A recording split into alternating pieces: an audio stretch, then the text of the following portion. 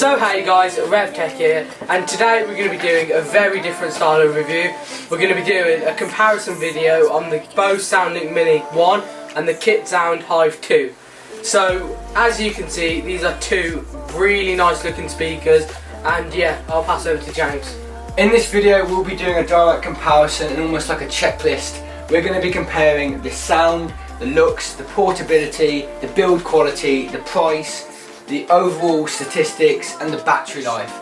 We're going to do a checklist and see who wins at the end of this competition, and we want you to put your comments on what you think is the best portable speaker and best device out of these two amazing bits of tech. So we hope you enjoy this video guys. Please like, comment and subscribe as usual, and yeah, let's kick this off.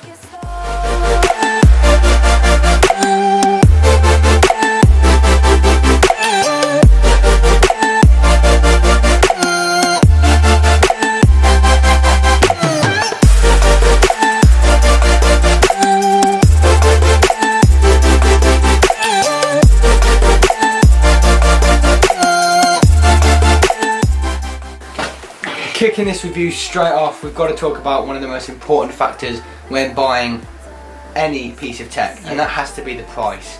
So the Bose Soundlink Mini averages at a price of around $169.99, but it can vary from like $129 to I guess $189. So yeah, it's a very expensive speaker, but as you'll see from the reviews, well, all the checklists we've got, we'll see who will win. But with the Bose, you've obviously got the upgraded build quality against the Kit Sound. But this just comes in at just about £60. You can get it cheaper on things like Amazon and eBay, but obviously then you don't get the backup of Kit Sound themselves. I bought this from Kit Sound and it was £60. So the price difference is over double. Insane. And we also don't think that it's double as good. Yeah, so that point for that round definitely goes to the Kit Sound. So yeah. This definitely leads on to the portability side of these portable speakers. Now when you buy this speaker you get a Alcantara carrying case that I haven't got with me because it's really dirty, where you slot it in and it's really good to take around everywhere. With the Bose on the other hand, you don't. You have to buy a rubber housing. That's an additional cost to your £150. And that varies at like 40 quid, so it is very expensive for just a carrying case that doesn't really protect it that much. I think a drop on both of these speakers would definitely break. Yeah. But they're not made for that. If you wanted that, you'd go for like some sort of waterproof, rugged the Anchor speaker. Ones. Yeah. Yeah.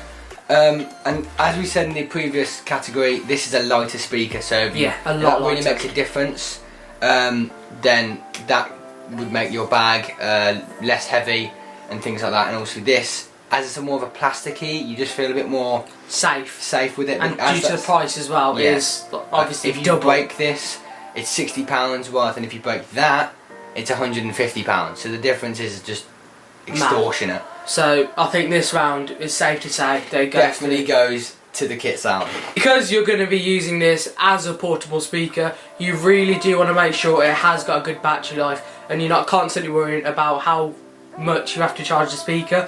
So on something like the Bose Soundlink Mini 1, you're looking at only 10 hours worth of music, and I know that does sound like a really long time, but after like say 12 months of use, it is going to decrease to about because that's just what 2 hours less. do. But that will happen with the Kit Sound. That is just a general thing with all speakers. Yeah. But this, as I say, is 10 hours as opposed to what James is going to tell you about the Kit Sound.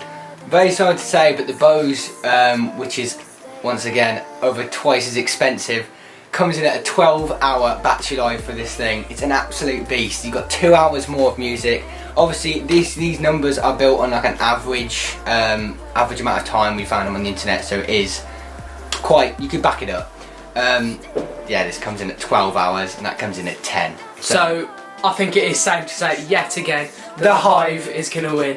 So the next thing we're going to be talking about in the categories is going to be the looks of the speakers, and this is quite important if you're going to be storing the speaker on your desk, say like underneath your Mac or just anywhere overall on your desk. So the speaker is made out of a silver aluminium brush with a grey finish on the front with a really nice Bose logo there. So as you can see on the speaker, there's a few buttons and there's just a simple on and off, mute, volume up and down. There's a Bluetooth button to pair, and then there's a aux mode, which is where you can plug it in just there on the side. So on this speaker there is actually really shockingly no microphone, which is absolutely crazy considering this speaker is genuinely double the price of the Hive. So on the bottom there's this really nice rubber pad which does generally ensure, as you can see there, that it doesn't move. It does move a bit, but I am using all my force to push that there. So that's really good. There's also a micro USB to charge it via micro USB, or a charging dock, which we'll go through in a minute. So overall it is a very nice looking product, and Bose maintains that throughout all of their products. Okay, we're going to go into the aesthetics and the looks of the Kit Sound Hive 2 here. Just before we go into in-depth of this specific speaker, you can actually get this in about 7 different variants of colours. I went all black. You can get yellow, blue, rose gold, white, but I went for black as it matches all my other tech. So yeah, if we dive right in, we've got a very good quality of speaker here for just a £60 portable Bluetooth speaker. We've got a metal grille here and a honeycomb effect. That's why it's obviously called the Hive. This is actually the Hive 2. There's a Hive 1 that looks very similar, but this has just some more better features on it. If you come over to the top, we've got the Bluetooth pairing button here. I'll show you, they do light up and give you the actual battery indicators. But you've got the Bluetooth pairing, and also if you hold this down when connected to your Bluetooth device, it will call the recent person on your contacts, which is absolutely fantastic. So because of this, it clearly has a really good quality microphone in this portable speaker. You have your volume rockers here. You have obviously your decreased volume and increased volume. These also are these also are next track and previous track buttons. So if you hold down the minus, you get a previous track, and if you hold down the plus, you go to the next track. Also the Bluetooth/phone button is also a play and pause, and the power button also acts as a battery indicator. You've got all green for 70 to 100%. It goes red and green when you've got between 35 and 70%, and then red is between 5% and 35%, and then red flashing is 5%.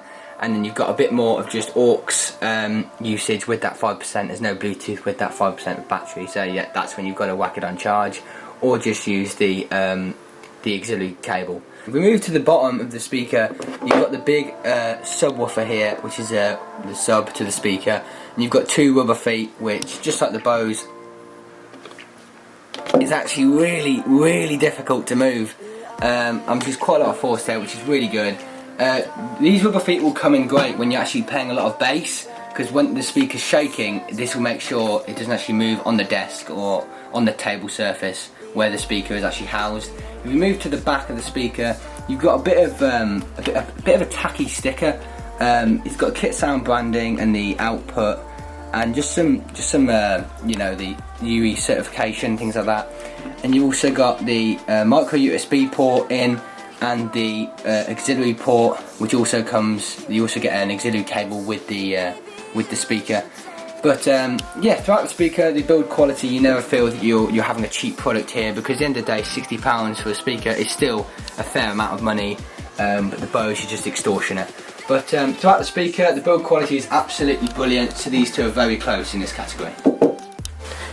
So next we're going to be potentially doing one of the most important things of these 2 speakers.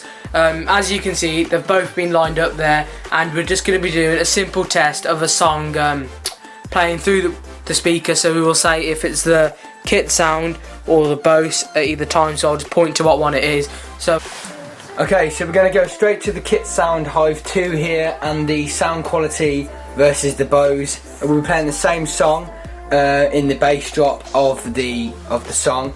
But yeah, so here is the Kit Sound with the bass drop on full volume. Which is the one on the left, by the way, guys, just if you guys don't know. Fine. I see no point in living life that right. When you're out here in this jungle, it's wild, brandy. You don't want to spend the night, brandy. When you're out here in this jungle, ain't nothing that's brandy. Shovels when you find brandy. When you're out here.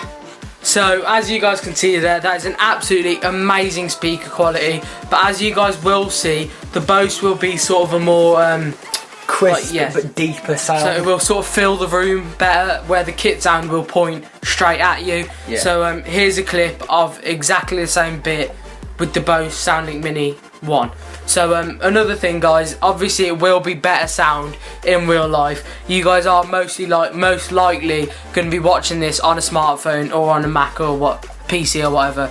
So the sound quality is obviously going to be louder and more clear in real life. So yeah, here's a sound quality of the Bose Soundlink Mini.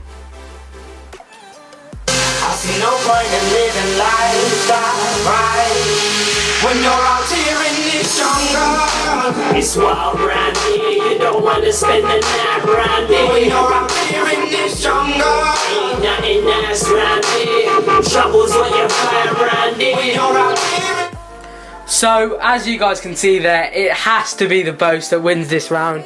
So I generally would say this round goes to the Bose. So compared to the kit sound Hive 2, the Bose Soundlink Mini is way behind its time for features. There is no built-in microphone in this. However, there is on the Bose Soundlink Mini 2, which is sort of more expensive now, although when I bought this was the same price as the Mini 2.